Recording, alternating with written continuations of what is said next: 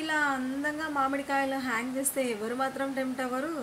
చూడండి ఎంత పెద్దగా ఉందో ఈ కాయ. అసలు ఎండల కాలం వచ్చిందంటే మన మనసంతా మామిడికాయల వైపే ఉంటుందిగా. ఇదేందండి ఇంతుంది? ఇదే మమ్మీ చాలా బాగుంది. ఇదేందో తెలుసా? కొబ్బరి మామిడికాయ. అసలు చూడండి, ఇది చిన్న సైజు టెంకాయ ఎంత ఉందో అంత ఉందన్నమాట. అసలు ఇది చాలా పెద్దగా ఉంది. చీరాల నుంచి వస్తూ ఉంటే 100 రూపీస్ అని చెప్పేసి మా ఆయన తీసుకొని వచ్చినాడు.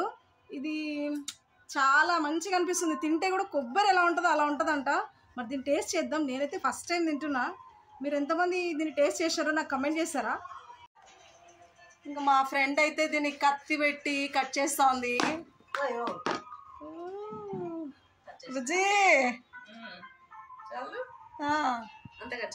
చెయ్యి కొంచెం చెయ్యి. ఎంత వైట్గా ఉందో ఇన్నరగా. నాకైతే కొబ్బరి గుర్తొస్తుంది. ఇగో ముక్కలు అయితే కట్ చేసి పెట్టుకున్నాము. ఉప్పు కారం అయితే అవసరం లేదు. బట్ కానీ మన వాళ్ళకి చూడండి తింటూ ఉంటే కొబ్బరిలాగే ఉందంట. బాగుందా చెరి? బాగుంది. ఎట్లుందిరా టేస్ట్? ఉత్తగా తింటున్నారు వీళ్ళందరూ అయితే మంచిగా. ఏమంటే బాగుందా? Super super. చూడండి ఇది పడనేవాడు.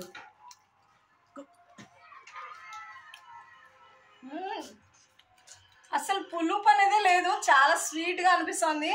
మంచి టేస్ట్ ఉంది. అసలు ఉత్తగా తినేచ్చు. ఉప్పు కారం కూడా అవసరం లేదు. కానీ మన వాళ్ళు కొబ్బరిగా ఉన్నా కూడా కొంతమందికి ఉప్పు కారం అద్దుకోవాలని చాలా మందికి ఇష్టంగా ఉంటుంది కదా. సో వాళ్ళ కోసం మాత్రం ఉప్పు కారం అద్దు. ఇగో ఇలా